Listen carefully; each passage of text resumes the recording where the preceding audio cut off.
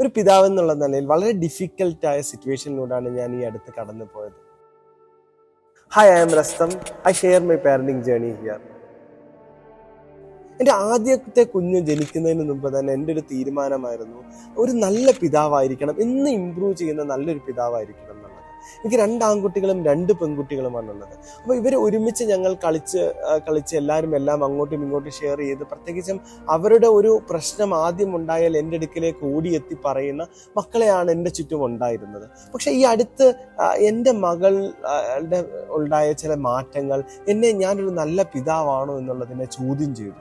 അവൾക്ക് menstrual cycle ആരംഭിച്ചപ്പോൾ അവൾ എത്തിയൊരു സ്റ്റേറ്റ് എന്ന് പറയുന്നത്, അവൾക്ക് കാര്യങ്ങൾ ഒരു വികാരം പ്രകടിപ്പിക്കാൻ കഴിയാതെ, സന്തോഷമാണോ സങ്കടമാണോ എന്ന് അറിയിക്കാൻ കഴിയാതെ, അവൾക്ക് തന്നെ മനസ്സിലാക്കാൻ കഴിയാതെ ഒരു നമ്മായ സ്റ്റേറ്റിലേക്ക് അവൾ പോയി. അപ്പോൾ ഇവിടെ എന്നെ സംബന്ധിച്ച് ഒരു പിതാവെന്നുള്ള നിലയിൽ ഞാൻ അവളെ അത് മനസ്സിലാക്കാൻ വേണ്ടി അവളിലേക്ക് ഇറങ്ങി ചെല്ലാൻ ശ്രമിക്കുമ്പോൾ I M meeting A wall there. ഒരു മതിലിനെ കണ്ടെത്തുന്ന പോലെയാണ് എനിക്ക് തോന്നിയത്. അപ്പം ഇവിടെയാണ് ഞാനൊരു പിതാവെന്നുള്ള നിലയിലുള്ള എൻ്റെ എബിലിറ്റീസ് ഒരു വട്ടപൂജ്യമാണ് എന്ന് ഫീൽ ചെയ്യാൻ ഞാൻ ആരംഭിച്ചു. ഞാൻ വളരെ പേഴ്സണലി അതിനെ എടുക്കാൻ തുടങ്ങി. ഇത് എൻ്റെ മകൾക്ക് എന്നോട് ഇഷ്ടം കുറഞ്ഞത് കൊണ്ടാണ്, അല്ലെങ്കിൽ എനിക്ക് അവളോട് കമ്മ്യൂണിക്കേറ്റ് ചെയ്യാനുള്ള എബിലിറ്റീസ് നഷ്ടപ്പെട്ടതാണ് എന്നുള്ളത്. ഈ ഒരു ഫേസിൽ നിന്നാണ് പിന്നീട് ഞാൻ എന്താണ് മെൻസ്ട്രൽ സൈക്കിൾ എന്നുള്ളതിനെ പഠിക്കാൻ ആരംഭിക്കാൻ തീരുമാനിച്ചത്. അപ്പൊ നോക്കിയപ്പോൾ എന്നെ ഭയങ്കര സർപ്രൈസ് ചെയ്തൊരു ഫാക്ട്, സയൻസ് തന്നെ മെൻസ്ട്രൽ സൈക്കിളിനെ നേരാവണ്ണം ലോകത്ത് മനസ്സിലാക്കിയിട്ടില്ല എന്നുള്ളത്. ഉദാഹരണം പറഞ്ഞാൽ 70% അൾഷിമേഴ്സ് രോഗികളും സ്ത്രീകളാണ്, 65% ഡിപ്രഷനുള്ളവരും സ്ത്രീകളാണ്. പക്ഷേ സ്ത്രീകളുടെ തലച്ചോറ് ശാസ്ത്രം എത്രയാണ് പഠിച്ചിട്ടുള്ളതെന്ന് നിങ്ങൾക്കൊന്ന് ഗസ് ചെയ്യാൻ പറ്റുമോ? വെറും 0.5%, അതായത് 0.5% ആണ് ലോകത്തിലെ മുഴുവൻ തലച്ചോറ് പഠിച്ചതിൽ സ്ത്രീയുടെ തലച്ചോറ്. ഇതിനെ ഭയങ്കര ദേഷ്യവും സങ്കടവും ഒക്കെ കൊണ്ടുവന്നു. അപ്പൊ അവിടെയാണ് ഇന്ന് ഏറ്റവും റീസെന്റ് ആയ സ്ത്രീകളുടെ മെൻസ്ട്രൽ സൈക്കിളുമായി ബന്ധപ്പെട്ട പഠനങ്ങളിലേക്ക് ഞാൻ നോക്കുന്നത്. അപ്പൊ മനസ്സിലാക്കാൻ കഴിഞ്ഞത്, ഒരു മൂഡ് സ്വിങ്സ് സെക്സ് ഹോർമോൺ നൽകും എന്നുള്ളതിനൊക്കെ അപ്പുറം ഈവൻ മെൻസ്ട്രൽ സൈക്കിൾ ഒരു സ്ത്രീയുടെ ബ്രെയിനിനെ റീഷേപ്പ് ചെയ്യും. അത് ഒരു തവണ റീഷേപ്പ് ചെയ്യുന്ന ഒരു സിറ്റുവേഷനെ കുറിച്ചല്ല നമ്മൾ പറയണത്.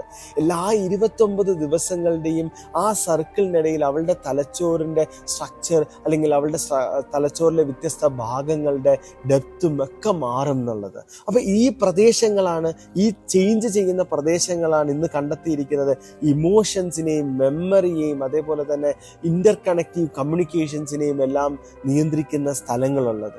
അപ്പം ഇതൊരു സ്ത്രീക്ക്, ഒരു പെണ്ണിന് നൽകുന്ന ഒരു മാനസികാവസ്ഥയെ കുറിച്ച് നിങ്ങളൊന്ന് ആലോചിച്ച് നോക്കിക്കോളൂ.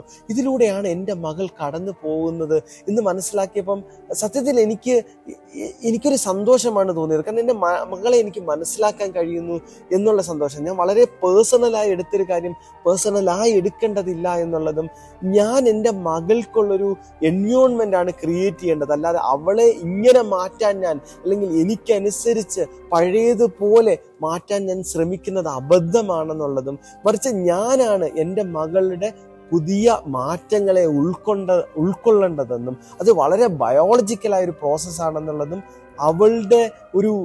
അവൾ തീരുമാനിച്ചാൽ മാറുന്നൊരു കാര്യം, ഒരു സ്വഭാവം മാറുന്നൊരു കാര്യവും അല്ല ഇതെന്നും, വളരെ ബയോളജിക്കലായ ഒരു ചേഞ്ച് എന്ന ഫേസിലൂടെയാണ് അവൾ പോകുന്നതെന്നും, ഇനി വരാൻ പോകുന്ന അവളുടെ 30-40 വർഷത്തെ മെൻസ്ട്രൽ സൈക്കിളിന്റെ ഈ 30 കൊല്ലങ്ങൾ അവൾക്കുണ്ടാകുന്ന ഈ ഒരു 400 ചില്ലറ മെൻസ്ട്രൽ സൈക്കിളിന്റെ പീരിയഡിൽ അവൾക്ക് ഈ മാറ്റം ഉണ്ടാകുമെന്നും, അവൾക്ക് ചുറ്റുമുള്ളവർ അവളെ സ്നേഹത്തോടെ സംരക്ഷണയോടെ പരിഗണിക്കുകയാണ് വേണ്ടതെന്നും ഞാൻ ഉൾക്കൊള്ളുന്നത്. അപ്പം ഓൾ ഡാഡ്സ് ഔട്ട് ദെയർ, എല്ലാ പിതാക്കന്മാരും നമുക്ക് ചുറ്റുമുള്ളവർ മനസ്സിലാക്കേണ്ടത്, നിങ്ങൾ നിങ്ങളുടെ പെൺമക്കളെ ഈ തരത്തിൽ മനസ്സിലാക്കാൻ ശ്രമിക്കണം. ഇതല്ലെങ്കിൽ നിങ്ങളത് വളരെ പേഴ്സണലായി എടുക്കും. ഒരു ഘട്ടത്തിൽ ചിലപ്പോൾ നിങ്ങൾക്ക് നിങ്ങളോടും അവളോടും ദേഷ്യം തോന്നും. ഇത് ഉണ്ടാവാതിരിക്കാൻ സമൂഹം ചിലപ്പം പറയുമായിരിക്കും നിങ്ങളുടെ അടുത്ത്, നിങ്ങൾ നിങ്ങളുടെ പെൺമക്കൾ ഈ കാര്യത്തിലൊന്നും ഇടപെടരുത്, ബന്ധുക്കളൊക്കെ ഇതെങ്ങനെ പിതാക്കന്മാരിൽ നിന്ന് മറച്ചു വെച്ച് കൊണ്ടുപോകാനെന്ന് ശ്രമിക്കും. അതൊക്കെ ശുദ്ധ അബദ്ധമാണെന്ന് മനസ്സിലാക്കണം. മറിച്ച് നിങ്ങൾ നിങ്ങളുടെ മകളെയും മകളുടെ ബയോളജിക്കൽ ചേഞ്ചസിനെയും മനസ്സിലാക്കുകയും ഉൾക്കൊള്ളുകയും അവൾക്കൊരു സുന്ദരമായ ചുറ്റുപാടിനെ നിങ്ങൾ സൃഷ്ടിച്ച് നൽകണം. അമ്മമാരിത് കേൾക്കുന്നവർ ഒന്ന് മനസ്സിലാക്കണം. നിങ്ങളുടെ ഭർത്താക്കന്മാരിൽ നിന്നൊക്കെ ഒളിപ്പിച്ചു വെച്ച് നടന്നാൽ ഉണ്ടാവുന്ന സംഗതി ആ ആൾ ഫ്രസ്ട്രേറ്റഡ് ആവുകയും ആ ആൾ ഒരു ബുദ്ധിമുട്ടിലൂടെ കടന്നു പോവുകയും കുറച്ച് കഴിഞ്ഞിട്ട് ആൾ നിങ്ങളെ കുറ്റം പറയാൻ തുടങ്ങും. അവളെ മോശമായി വളർത്തി വെച്ചിരിക്കുന്നു, അവളുടെ സ്വഭാവം ഒന്നും ശരിയല്ല എന്ന് നിങ്ങൾക്ക് പഴി കേൾക്കേണ്ട വരുന്ന ഒരു സാഹചര്യം ഉണ്ടാവുന്നു. ഇത് നമ്മൾ മനസ്സിലാക്കണം. ഈ പിതാവിനെ ഒരു മകൾ അറിയുന്നതിലൂടെയാണ്, പിതാവ് മകളെ അറിയുന്നതിലൂടെയുമാണ് സ്നേഹം ഉണ്ടാകുന്നത്, സ്നേഹം നിലനിൽക്കുന്നത്. ഈ വീഡിയോ ഉപകാരപ്രദമാണെന്ന് തോന്നുന്നുണ്ടെങ്കിൽ subscribe to our channel. See you next time.